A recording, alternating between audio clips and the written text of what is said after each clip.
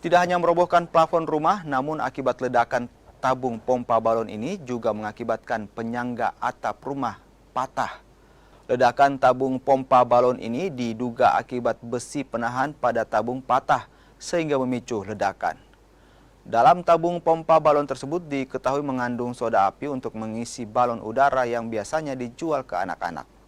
Meski tidak ada korban jiwa, namun kondisi rumah warga rusak. Anginnya tuh angin saja, begitu angin.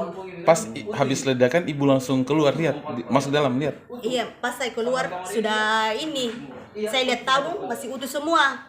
Kan tidak lihat palangnya toh, sudah terhembus semua. Baru saya lihat, oh ininya patah. Oh gitu. Pas kejadian saya telepon bapak sama kakak, suruh datang ke sini toh. Apa yang rusak, Bu? Ya rusak ininya Pak, banyak Plafon. sama